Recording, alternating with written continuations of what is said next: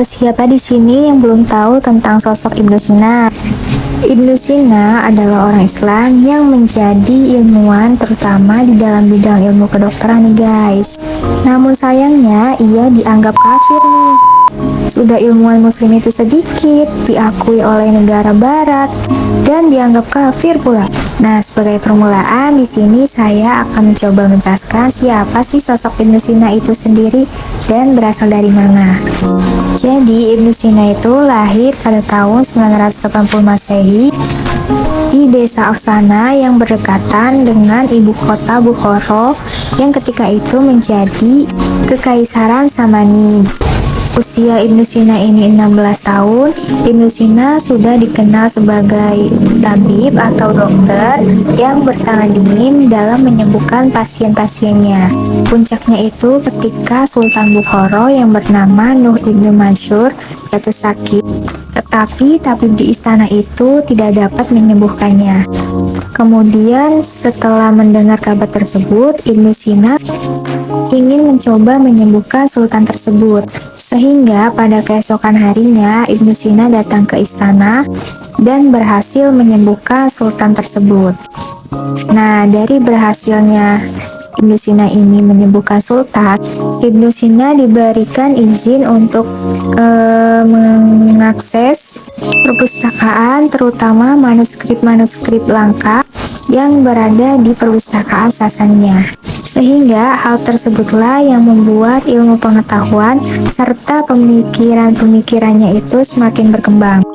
Nah, Ibnu Sina menunjukkan dirinya sebagai ilmuwan-ilmuwan yang hebat, terutama di dalam dua bidang yang akan saya bahas, yaitu yang pertama ada bidang kedokteran dan yang kedua ada bidang filsafat.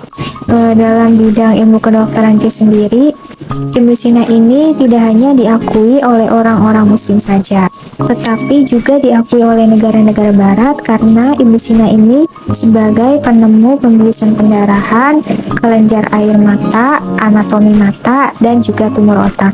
Selain itu, Ibnu Sina juga ahli dalam ilmu patologi.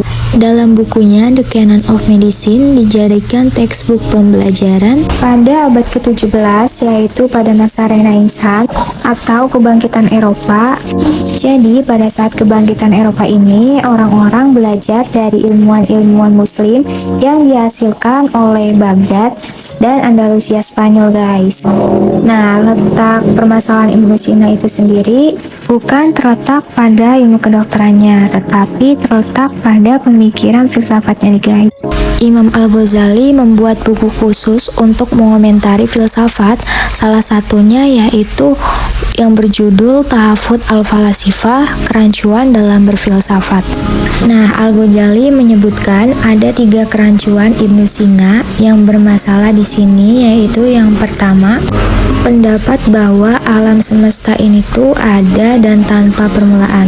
Yang kedua, pendapat bahwa Allah Subhanahu wa Ta'ala ini hanya mengetahui hal-hal yang mujmal saja, yang umum, tanpa mengetahui hal-hal yang parsial, yang khusus. Pendapat yang ketiga, bahwa ketika hari kebangkitan itu hanya roh saja yang dibangkitkan tanpa jasad. Dan hasilnya pendapat-pendapat Ibnu Sina tadi berujung kepada pengkafiran dan terjadi banyaknya penolakan yang dilakukan oleh para ulama. Ibnu Sina menurut Al-Syahrastani yang di dalam bukunya yang berjudul Al-Minal wa Al-Nihal, yaitu menyebutkan bahwa Ibnu Sina ini adalah imam falsafiyun.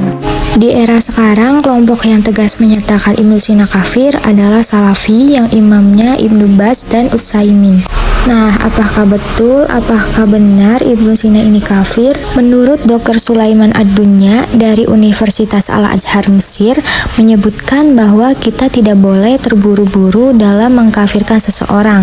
Terlebih itu adalah kepada Ibnu Sina. Beliau juga menyebut setelah mendapat pernyataan langsung dari Ibnu Sina yang dinukilkan dalam karya Imam Al-Ghazali yang menyebutkan bahwa ketika hari kebangkitan itu yang dibangkitkan hanya ruhnya saja, tapi jasadnya tidak.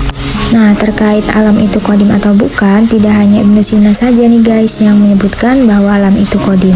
Imam Ad-Dawani juga menyebut Ibnu Taimiyah ini berpendapat bahwa alam itu qadim, khususnya arsy.